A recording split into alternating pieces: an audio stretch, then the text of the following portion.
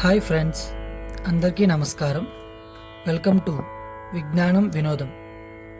స్నేహితుల దినోత్సవం సందర్భంగా మహాభారత అంతర్గతమైన శ్రీకృష్ణుడు కుచేలుడు స్నేహబంధాన్ని తెలిపే ఒక చక్కటి కథని తెలుసుకునే ప్రయత్నం చేద్దాం. శ్రీకృష్ణ పరమాత్మకి ఒక ప్రియమిత్రుడు ఉండేవాడు. అతడి పేరు కుచేలుడు. అతడు వేదాంగాలను చదివినవాడు, బ్రాహ్మణోత్తముడు, మహాజ్ఞాని, ఆధ్యాత్మికవేత్త. అతడిని దరిద్రం పట్టి పీడించసాగింది. భార్యాబిడ్డలను ఏదో ఒక రకంగా పోషిస్తూ జీవనం సాగిస్తున్నాడు. కుచేలుడి భార్య సద్గుణ సంపన్నురాలు, మహాపతివ్రత. ప్రతిరోజు పట్టెడన్నం పెట్టమని దీనంగా అడిగే తన పిల్లలను చూసి ఎంతో బాధ కలిగేది. తమ దరిద్రం పోవడానికి ఏదైనా ఉపాయం ఆలోచించమని భర్తను అడిగేది.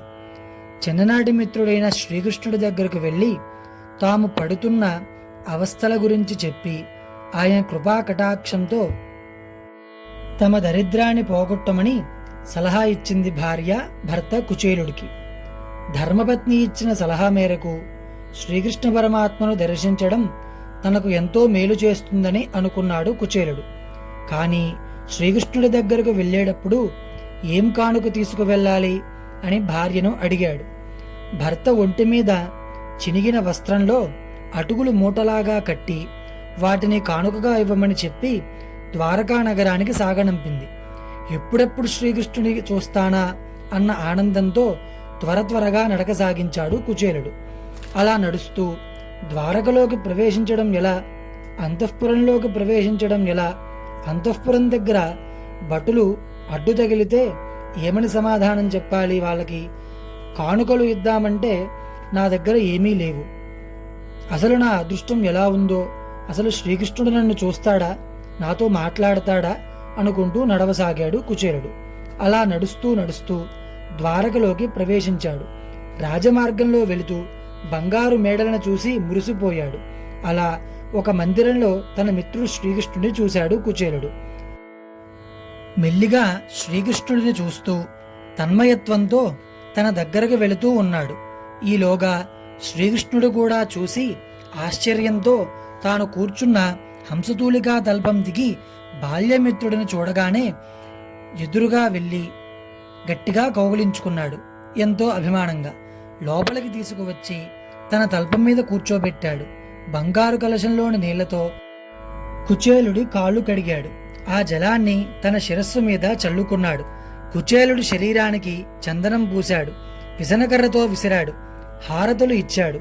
పూలమాలలు వేశాడు. తాంబూలం అందించాడు. గోవును దానంగా ఇచ్చాడు. తన మిత్రుడు శ్రీకృష్ణుడి ప్రేమ అభిమానాలకు బ్రాహ్మణుడు పులకించిపోయాడు. ఇంతలో రుక్మిణీదేవి వచ్చి వింజామరతో విసరసాగింది. కుచేలుడి అదృష్టానికి అంతఃపురంలో ఉన్న వారందరూ ఎంతో ఆశ్చర్యపోయారు.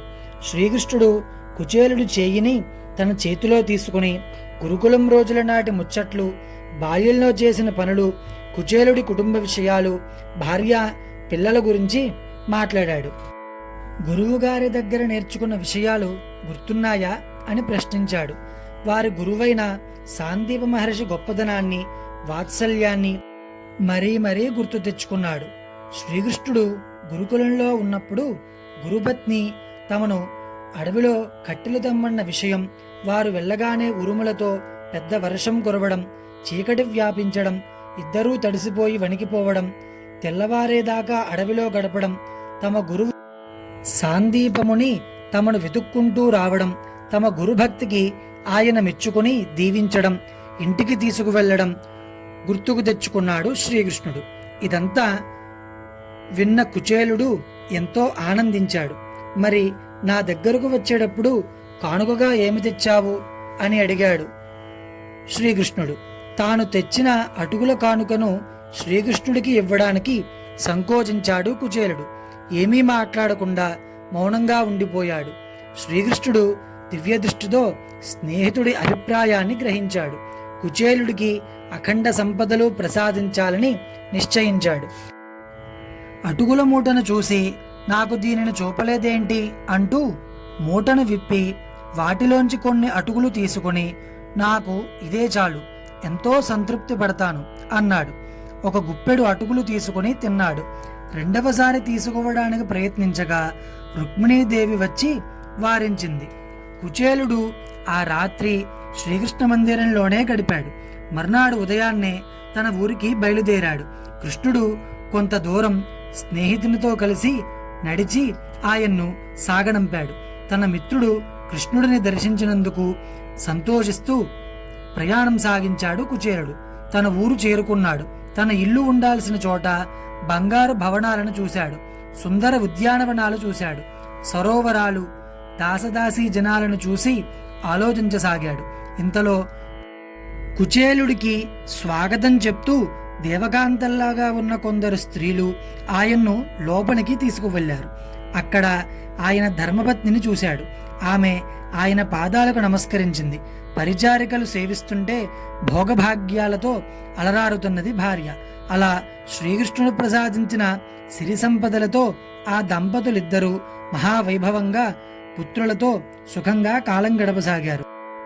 ఇన్ని ఉన్నా కుచేలుడు భోగభాగ్యాల పట్ల ఏ విధమైన ఆసక్తి చూపకుండా భగవంతుడిని ధ్యానం చేస్తూ మోక్ష సామ్రాజ్యాన్ని చేరుకున్నాడు. ఈ కథ బమ్మెరపోతన గారి రచనల ఆధారంగా చెప్పబడింది. ఈ కథ నచ్చితే లైక్ చేయండి, కామెంట్ చేయండి, షేర్ చేయండి.